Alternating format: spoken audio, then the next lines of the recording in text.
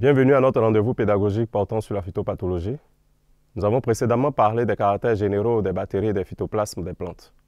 Cette leçon, tout en présentant encore les bactéries, abordera leur interaction avec la plante. À la fin de cette séance, l'apprenant doit être capable d'expliquer le cycle parasitaire des bactéries. Le plan de cette leçon est le suivant. Après une introduction, nous verrons en 1 l'infection des tissus végétaux par les bactéries. En 2, les symptômes présentés par les plantes malades. En 3, le suivi et la dissémination des phytobactéries. Et en 4, la gestion des bactérioses. Les bactéries ont acquis la capacité de se multiplier très rapidement et de s'adapter à des conditions très diverses.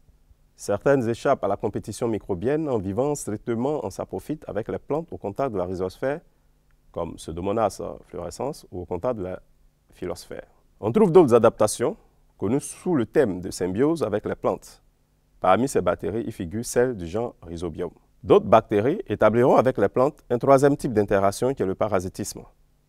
Cependant, la distinction entre organismes parasites et saprophytes n'est pas toujours tranchée, car il n'est pas rare de trouver des parasites facultatifs quand certaines bactéries resteront des parasites obligatoires. Sur ces images, nous avons des anomalies sur des feuilles de manioc, ainsi que aussi un flétissement sur un plant de tomate dû au parasitisme des bactéries. Quelles sont les conditions préalables pour l'établissement d'une relation parasitaire? La plupart des bactéries demeurent incapables de percer les cuticules ou l'épiderme. Pour pénétrer à l'intérieur des tissus végétaux, les bactéries ont besoin de l'eau à l'état liquide. Comment se fera alors cette pénétration? Les bactéries s'introduisent dans les tissus végétaux par les ouvertures naturelles des tissus ou par les blessures. De ce fait, les bactéries constituent des parasites de faiblesse. Quelles sont ces ouvertures naturelles? Les stomates constituent un espace de pénétration important. Les lenticelles, normalement protégées par une couche subérisée, se rompent en conditions de forte humidité. Elles sont présentes sur les racines mouillées, par exemple de pommes de terre. Et pendant les périodes humides, ces lenticelles exudent des gouttes d'eau pouvant entraîner des bactéries. Nous avons les hydatodes situés à l'extrémité des versos des feuilles, où de la même façon, les feuilles peuvent exuder de l'eau qui peut entraîner dans les tissus les bactéries se multipliant à leur surface quand la température augmente. Exemple, le cas de Xanthomonas campestris chez les feuilles de chou. Comme ouverture naturelle encore, nous avons les trichomes ou poils multicellulaires présents sur les fleurs ou les feuilles, qui se brisent aisément et permettent la pénétration de certaines bactéries, comme chez la tomate. Quels sont les différents types de blessures?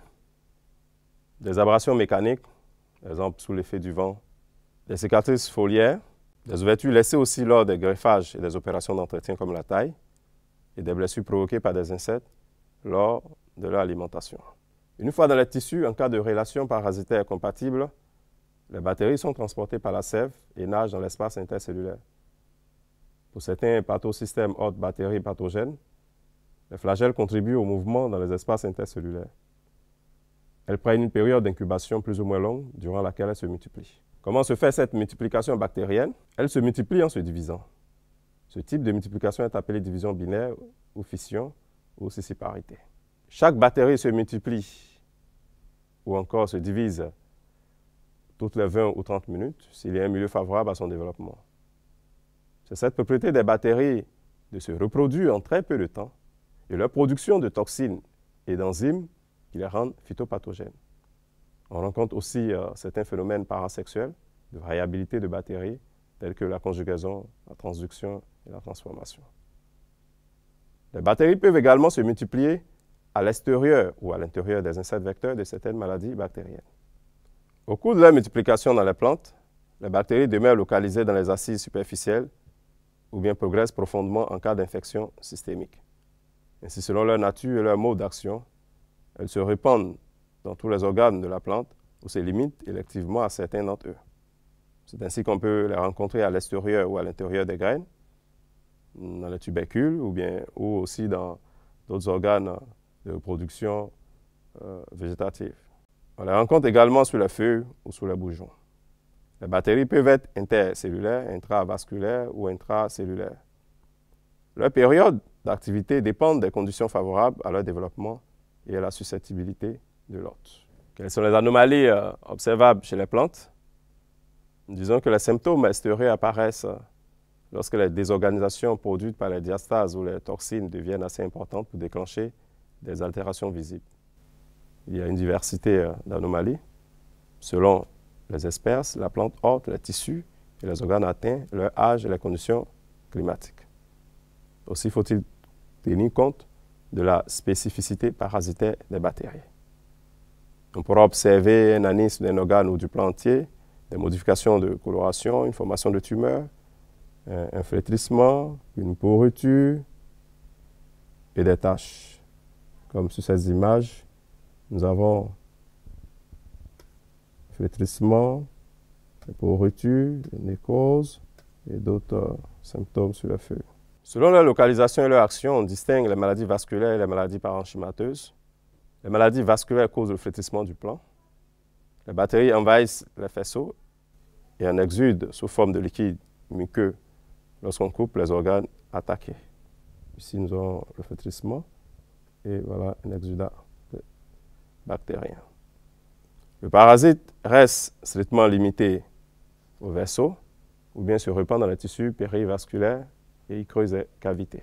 Les maladies parenchymateuses attaquent les tissus tendres, mous, succulents et causent des lésions variées dont les nécroses, des taches, des flétrissements et des pourritures molles. Selon les aspects des altérations, on rencontre des maladies hypertrophiantes, incluant des symptômes de tumeurs ou gales, des pourritures et des maladies à taches. Lorsque les symptômes deviennent infectieux, comment se fait la suivi et la dissémination des bactéries? La bactérie phytopathogène doit s'adapter et survivre dans l'environnement. Cette suivi se réalise souvent au niveau de la sémence, pendant de nombreux mois, voire des années. Dans le cas de Xanthomonas axonopodis patova phaseoli chez l'haricot, et aussi Xanthomonas oryzae patova oryzae chez le riz. On peut également avoir une contamination interne ou externe de plantes à reproduction végétative, comme là encore Xanthomonas axonopodis patova maniotis dans les boutures de manioc, et Ratsonia solanacearum dans les tubercules de pommes de terre. Dans d'autres cas, la suivi se réalise sur les débris végétaux ou encore dans le sol. Xanthomonas translucens peut persister ainsi plus de 4 mois dans le sol, et l'épaisse couche mucilagineuse qui enveloppe la bactérie joue un rôle protecteur pour la bactérie. Toutefois, il est clair aussi que les bactéries phytopathogènes se sont dégagées une niche écologique préférentielle, à savoir leurs plantes hôtes. La dissémination des bactéries phytopathogènes se fait souvent par les plantes et les graines contaminées, mais également par les éclaboussures de pluie par effet splash et les vents dispersant les aérosols et des exudats séchés. Les animaux peuvent aussi contribuer à cette dissémination, notamment des insectes, des oiseaux, des mammifères, par des contaminations externes ou parfois par des inoculations. Toutefois, les opérations culturales jouent également un rôle important, comme les tailles et les engins utilisés. Comment se fait la gestion des bactérioses? On dispose de relativement peu d'outils pour contrôler efficacement les maladies bactériennes. Les techniques prophylactiques, de même que toute pratique de bon sens, sont dès lors privilégiées. Il faut éviter d'introduire la bactérie dans la culture en prenant en compte les modes de dissémination vus préalablement. De même, un bon contrôle des bactérioses passe par une recherche attentive des conditions défavorables à la bactériose. Ainsi, il faut éviter l'excès d'eau et les conditions de forte humidité nécessaires permettant la pénétration de la plante par la bactérie. De ce fait, un usage raisonné de l'irrigation et des systèmes disponibles permet dans bien des cas de réduire l'incidence des bactérioses. L'amélioration végétale reste le complément incontournable d'un contrôle efficace des bactéries, ne pas dire des maladies bactériennes. Il faut cependant tenir compte des conditions locales de la plante cultivée ainsi que des races de bactéries.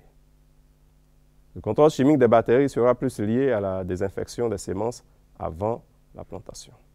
Que peut-on retenir de cette leçon relative aux cycles parasitaires des bactéries phytopathogènes? Que les phytobactéries sont des parasites de faiblesse. Cependant, en cas de compatibilité parasitaire, compte tenu de leur multiplication rapide et des toxines produites, elles occasionnent des altérations importantes sur les plantes. La gestion durable de ces bactérioses sera liée à la maîtrise du mode de suivi et de dissémination de ces agents infectieux.